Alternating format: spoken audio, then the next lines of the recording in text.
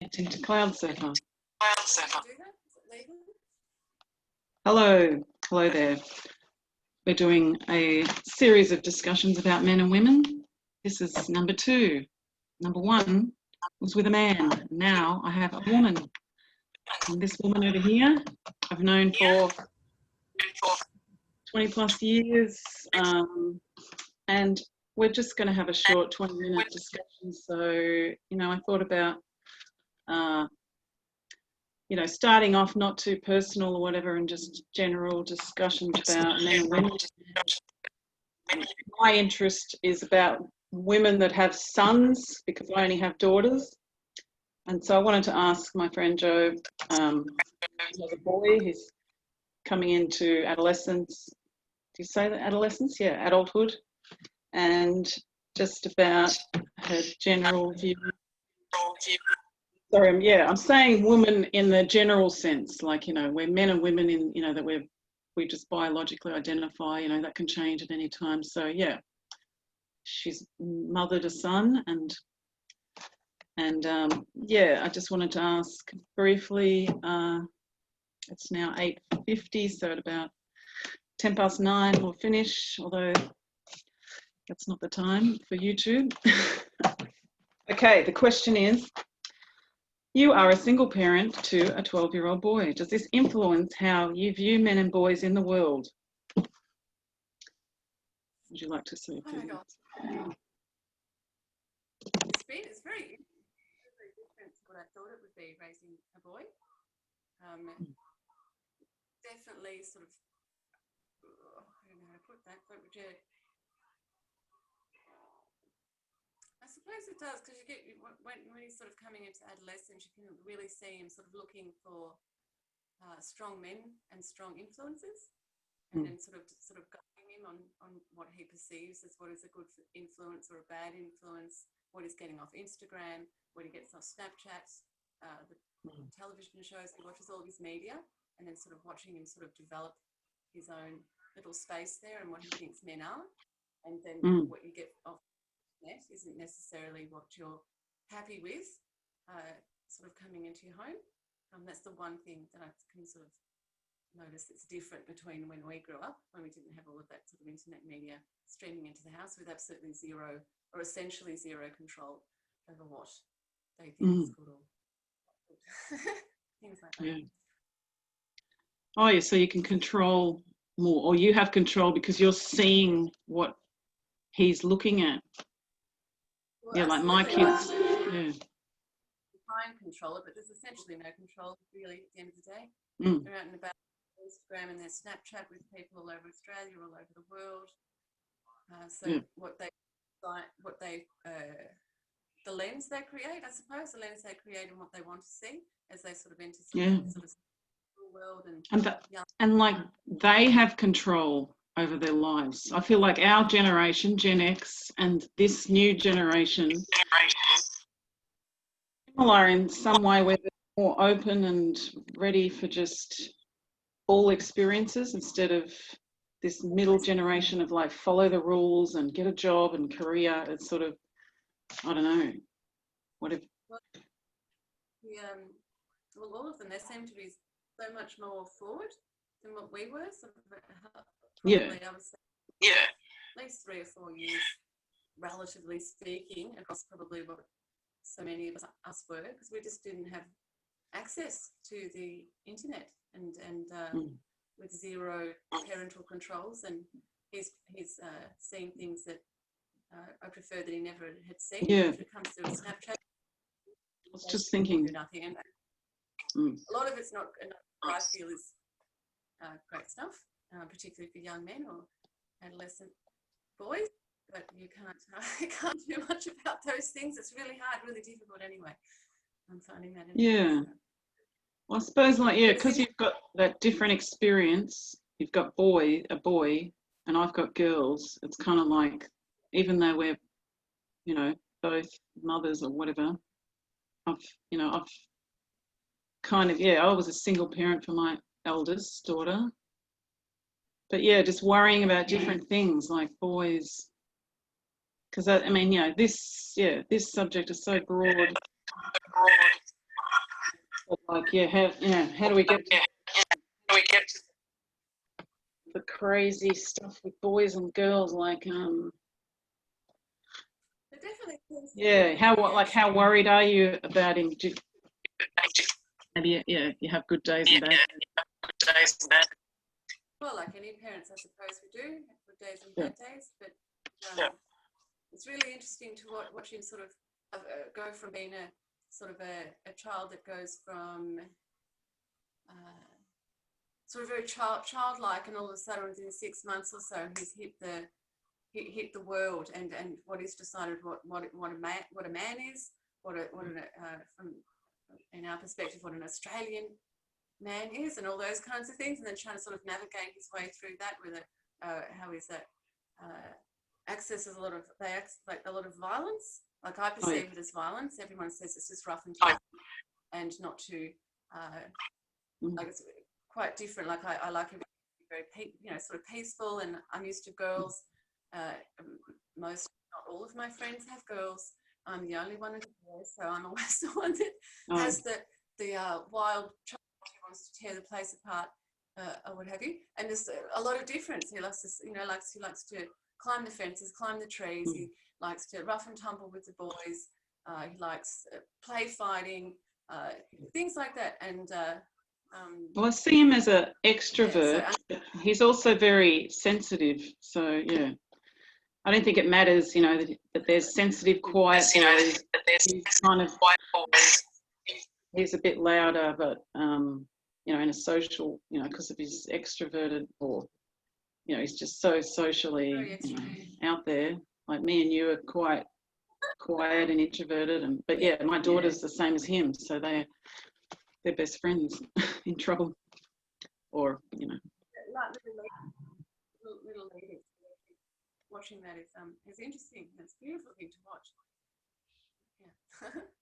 Oh yeah, so kind of, like what other things, like you're saying, as a man, he's deciding what a man is. What do you think? Is it teaching you, like, we get taught about men, and it seems like it could be negative a lot of the time, because we're girls, I don't know, like we're kind of propped up a bit, and the boys are loud and antisocial. So like, are you seeing that men are not, like through your son's eyes, I guess, like anything about what a man, what he would like a man to be, or what he would like to be as a man? That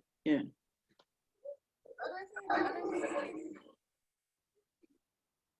order, which is good. Huh? There doesn't Order. seem to be a strict.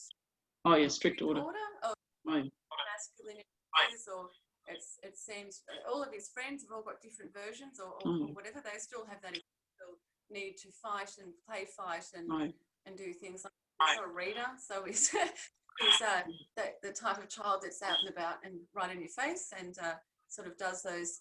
I'm noticing now, as if they turn 13, 14, that they no longer play fight with the girls, and sort of calming down a little bit, and their behaviours are sort of changing, sort of more directed, I suppose, that sort of the teenage experience. Yeah. So it's very interesting watching the way he is developing. Probably essentially totally opposite to the way that I would have thought he would. Very just the different masculinism at play, and watching how he sort of tries to emphasise, and how he replicates other people that he's seen, and things like that. So how sort of copies other men, and how he sort of tries on their voices, or tries on their stances, or tries on their thoughts. He's sort of doing a lot of that at the moment, so it's interesting to watch. I haven't seen him for a little bit, but yeah. All right, so I think it's been about 15 minutes. To go into any other issue, for too long. Well, I've developing, For what what his space is in the world. You can definitely see he's almost sort of like textbook, and he's looking for a man outside of his immediate family, and the influence he's getting. And the main worry, I suppose, for me would be the internet sort of perspectives, and what he's bombarded with. And he's bombarded with all of the usual suspects. And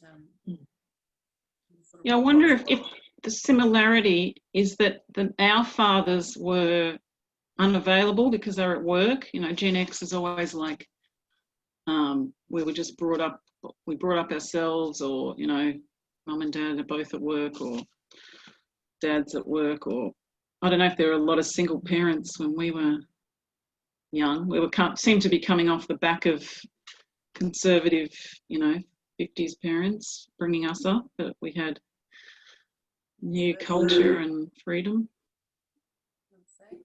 So so like the men sort of, huh? The stigma, I think, is lifted somewhat. Yeah. Oh yeah, the stigma.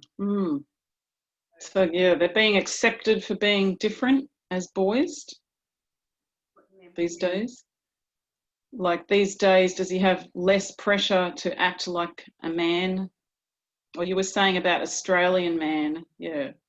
It's just interesting to sort of try to define, because it's on the internet so much, so there's a lot of America and American content, and sort of watching that Australian interplay with the American and Canadian personality, or how they sort of interact with each other, and that sort of slightly different behaviour that's sort of not quite Australian British. It's more sort of the American Australian, and sort of watching that develop. That's very different to when we were younger, and I suppose it's more British Australian, whereas now it definitely is more American in the way they interact, which I find really, really, really interesting. Would you say American, like it's defined as what, being more expressive and like a typical American kind of, they express a lot more